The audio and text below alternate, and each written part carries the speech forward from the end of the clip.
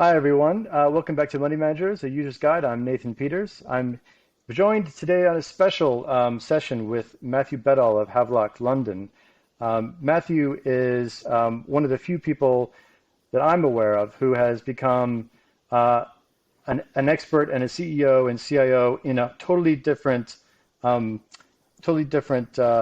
of investing than where they started. So he became a CIO of a trend follower, a systematic hedge fund, a while back, and about 3 years ago founded a firm named Havelock, which is based in the West End in London, and that is a fundamental stock picker. So very interesting transition for you, Matthew, and I'm curious, as you went from being a quant to being a fundamental equity investor, what were some of the signposts along the way, and any aha moments that resonated and made you want to move the direction you did? Yeah, so I suppose firstly, the way we invest using fundamentals, it's intrinsically very, very numerical, very data-driven. So I've never seen it as big a sort of yawning distinction, yawning gap as other people perhaps have. Certainly as a trend follower, I had the view that we were making money out of the market's voting machine as people were, washing into one market, rushing into a market, rushing out again. I see value investing and investing according to fundamentals very much the opposite side of the coin. It's the market's weighing machine. And so, I believe it is that sort of investor enthusiasm or fear which actually causes market prices to deviate from fundamentals. So I really see the two things as being very connected. The way I sort of characterize our use of data here is that a traditional quant shop, like where I was before, is a mile wide and an inch deep. So we did a lot of equity investing in my previous life, a big long short book, and you were really getting a little bit of data about a large number of stocks, factor investing. What we're really trying to do at Havelock is to be a mile deep and an inch wide. So we're happy to zoom in and focus on a very small number of investments, but then really collect more data about each of them and have a more sort of in-depth understanding, but still using that sort of very data-driven numerical approach. Do you ever get tempted to try to attain the breadth that you had? I'm not sure how many markets you traded in your prior life. It's 400 plus, I'm sure. But you've got a concentrated portfolio of stocks. You live and die by their P&L impacts on your portfolio. Do you ever get tempted to diversify a bit more? Yeah, so in my view, both styles of investing are valid. And what do I mean by that? I mean, one of them is that you try and have a very, very weak edge. So the small edge, slightly better than random in each company, and you have lots of companies in your portfolio. What we're really trying to do as a fundamental investor is to have a big edge, identify situations where we think market prices have had a big deviation from fundamentals, and then have a small number of those. Clearly, in an ideal world, I would like to have a large number of big deviations from fundamentals, but it's pretty hard work to find them. So, the reality is that having a portfolio of sort of 30 to 40 ideas is already quite hard going if you want them to be high quality ideas and things that you really feel that you've got underneath the skin of. So, yeah, definitely tempted, but probably not realistic. Not realistic, got it. So how do you use quantitative tools to get comfortable with the fundamentals of a company, and maybe an example or two on situations which may not be so obvious to a typical quant investor? Sure. So, as a fundamental investor, what you really sort of want to know is what is the sustainable earnings of this business. If I was to own this company for the long term, 10 years, whatever, what sort of level of profits can it generate? And so we live in an intrinsically noisy world. You get strange things happening. So there's a lot of uncertainty about what the future is going to look like. And so that's really how we're trying to use data. I think it probably makes more sense for me to use an example. So I'm going to pick on Herman Miller, the furniture company. They make posh office chairs, and that's been a successful investment of ours. it's very much a sort of cyclical boom and bust business. If you look at their margins, they've tended to be very profitable during things like the dot-com expansion years, whereas they've been much less profitable when the wheels fell off, the dot-com boom, and suddenly people didn't need to spend so much money on office furniture. It's an example, I feel, where we can take 30 years worth of data on the margins of that company, and we can say, actually, it's been remarkably stable. Yes, it's been exposed to the business cycle, but aside from that, it's been remarkably stable, and that's through the use of data. I feel as though the propensity of many other investors in the market is to freak out because last quarter's earnings went down and sort of extrapolate the bad news from whatever's happening right now, way into the future. Whereas in reality, if you're using data, if you've actually seen it before, so to speak, in the data, then you can be more confident that, no, I don't think this business is fundamentally broken or disrupted.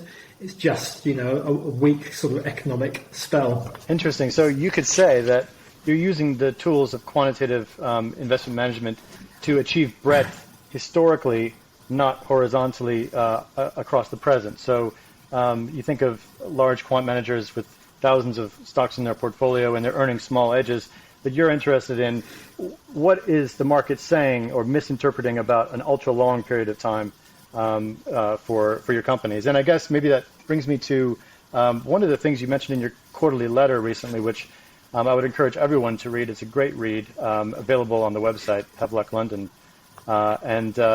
It's about the use of an investment in conglomerates and your view that there's actually quite a bit of data there that you can sink your teeth into, and it's not, it hasn't been the most loved business model in the last 10, 20 years.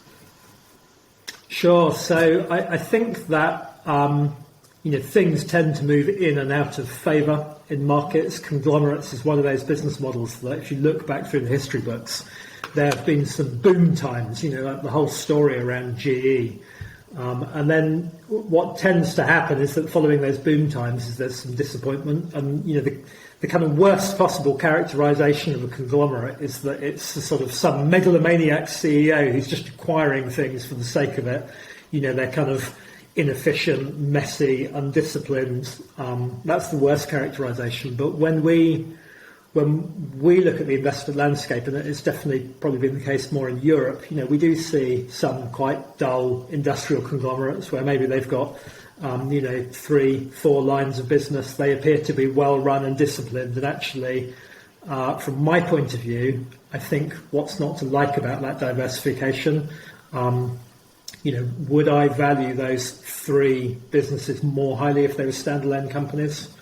Probably not. And so, that's definitely, and I suppose that gets to the nature of a lot of fundamental investors, is that you're looking for a sort of contrarian thesis. And in this case, I can see companies where I think they are unfairly discounted by the market just by virtue of the fact they're not a single line business. Got it. This brings me to maybe one of the hottest topics in UK fund management currently that I can see, that I'm witnessing, is just the relentless success in asset gathering in large UK funds, where the portfolio manager is on record saying, we look for great businesses and we never sell. And if there's a high multiple at one point in time, they're gonna earn their way into that valuation multiple. Where do you stand on that? Because from your prior answer, it sounds like nothing is a stock at the wrong price is the wrong investment, to put it in a pithy way. Sure. So, I think the sort of saint, the god of investing in all of this is Warren Buffett. And if you look back at his track record in the early years, he did what people call cigar butt investing, buying businesses that were unloved by the market and having, one last puff, finding a way of extracting a bit of value and then moving on to find the next opportunity.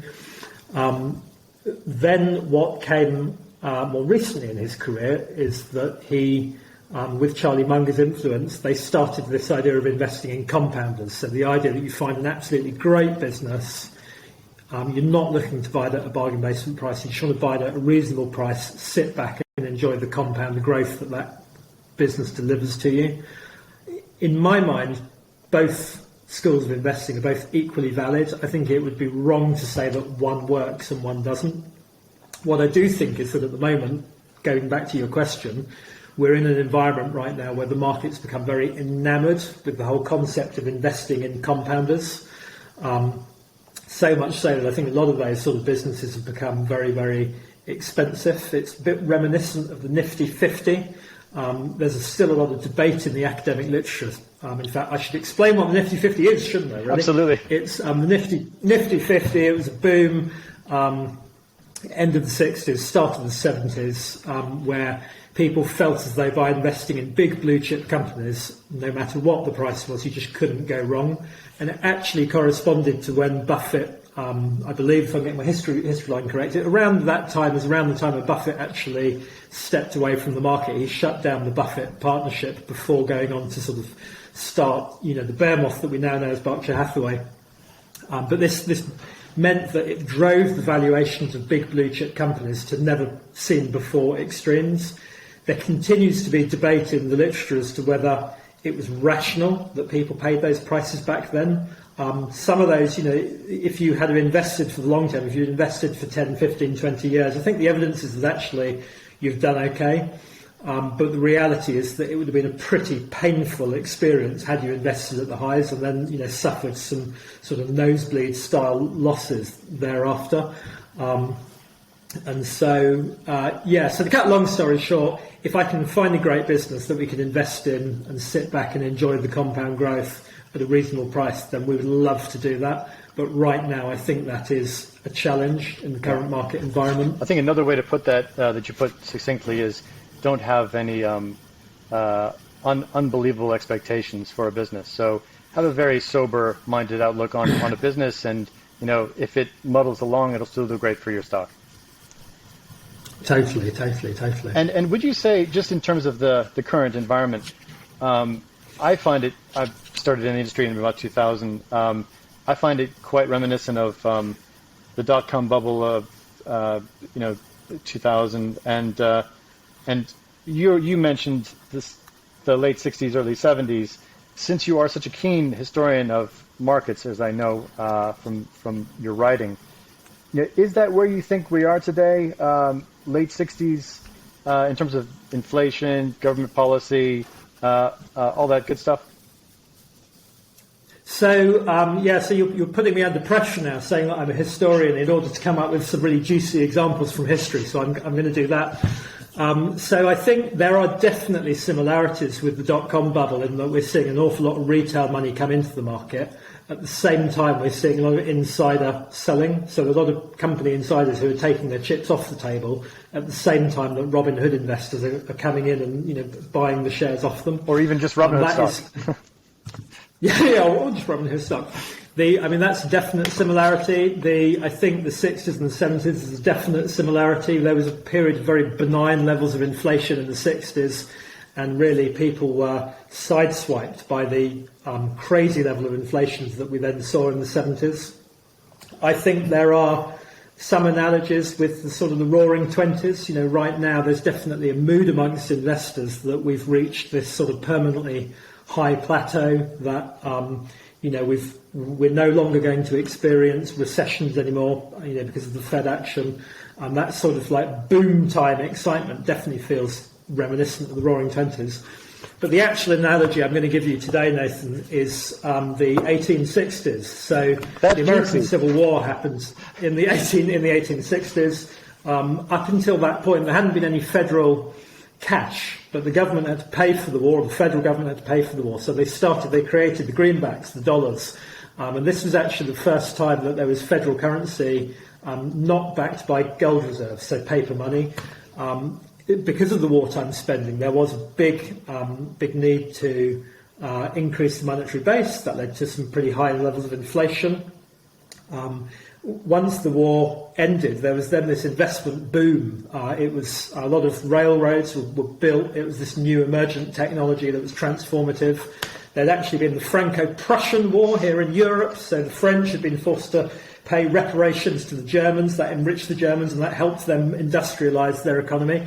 So we had this massive wall of money going into big capital projects, speculative capital projects, and then following which there was a very, very long depression when it turned out that a lot of that investment was not wise investment. And in fact, before the Great Depression of the 1930s, people used to call it the Great Depression of 1873. So, I'm not particularly sure that what we're living through is going to be like any one of these things, but if you know your financial markets history, you can definitely identify things that we have seen before. And none of those examples that we're talking about, none of them led to a period of unconstrained economic growth and an abandonment of the sort of business cycle. If anything, the longer the period of expansion, the more uninterrupted that period of expansion was, then the harder a landing the economy then had when the music stopped playing and the party was over. Did they go back on the gold standard then after that? Good question. That was actually the time when they were previously on the bimetallic standard. One of the catalysts for the depression apparently was moving from bimetallic, so tying your money to silver and gold, back to just tying it to gold. So yeah, they were actually they were on the gold standard. And again, I'm going to lose touch on my history now, but that was around about the time when you had all the prospectors going out west in America, and there was obviously a lot of gold discovery, and so that also led to some sort of monetary expansion. Right, I got it. They're saved by the big seam, and yeah, I mean, when you're talking about that, my mind goes to stable coins. My mind goes to green infrastructure, this kind of a boom mentality, which we're living through today. So definitely extra points for obscurity on that one. I appreciate that. When it comes down to Havelock's performance, I've got the numbers up here. I mean, it's a fantastic coming up on your third year on the 22nd of August. A nice high single-digit compound net return for investors.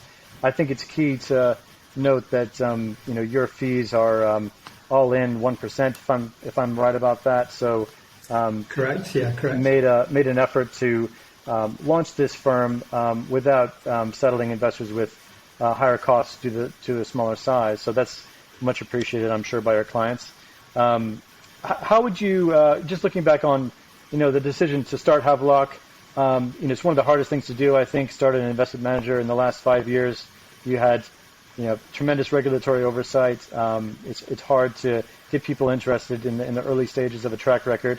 What are some of the things that you thought to yourself, wow, this is surprising. I having seen large growth in a prior asset manager, starting again new, what struck you as an unexpected outcome?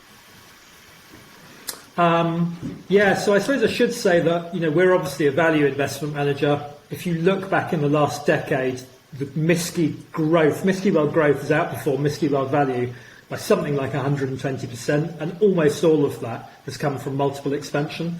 So after a decade of the growth style outperforming value, I've come to realise that you'd have to be truly stark raving mad to think it's a good idea to start a value fund, which is what I've done, what we've done. That is the contrarian in me, which is that we did launch a fund that is based on the style of investing that I truly believe in, and one that's been out of favour for a long period of time. That has definitely presented challenges to us. Obviously, my optimism is that this multiple expansion that has been a headwind will one day become a tailwind. That day has not quite yet arrived. So really, the success of investing in growth companies, in compounders, has meant that a lot of money has been attracted to that style of investing, and it's made it really, really difficult if you are a new investment firm that doesn't ascribe, to that style. Well, I would say also, regular viewers of money managers know that I tend to use a multi-factor lens called Venn, which corrects regressed time series against style biases and volatility. Actually,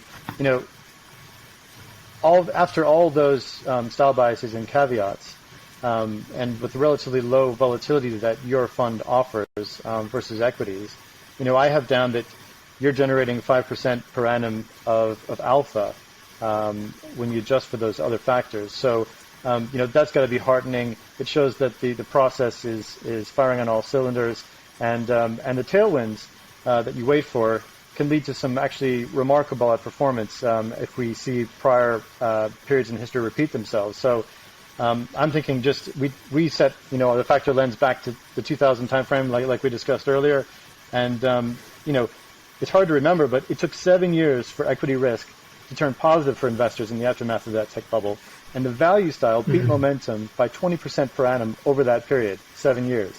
So in that scenario, I think you have a very nice tailwind, and actually, if you just wind the clock back and take your current factor exposures against that, plus your alpha, you're generating 8% excess returns over a market cap weighted benchmark. And that is something that I think investors should be quite interested in. So any comments on that? Do you think that's bogus, or do you think that's a valid way to approach it? I think I'm obviously quietly proud of the results we've delivered. I think that the type of analysis you're describing, it's very hard to nail down.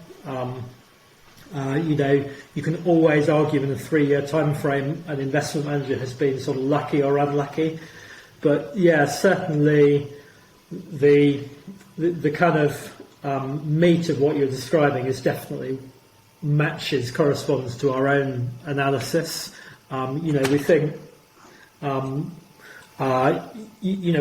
not going to make any promises that we can deliver performance that will always match those characteristics. But definitely, I sort of feel as though the results we have delivered in the last 3 years have definitely validated our process, and it's definitely given me the confidence to keep going. Wonderful. Well, any other closing comments you wanted to make for the viewers? We've got a bunch of newbies to the investment game. We've got some wizened portfolio allocators as well watching.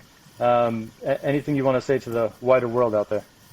I mean, I feel as though for anyone that's a newbie, my advice to you would be just, learn about financial history. I think the most dangerous characteristic in an investor is when you develop a kind of an arrogance that we're living through an age that somehow has reinvented the rules of investing. I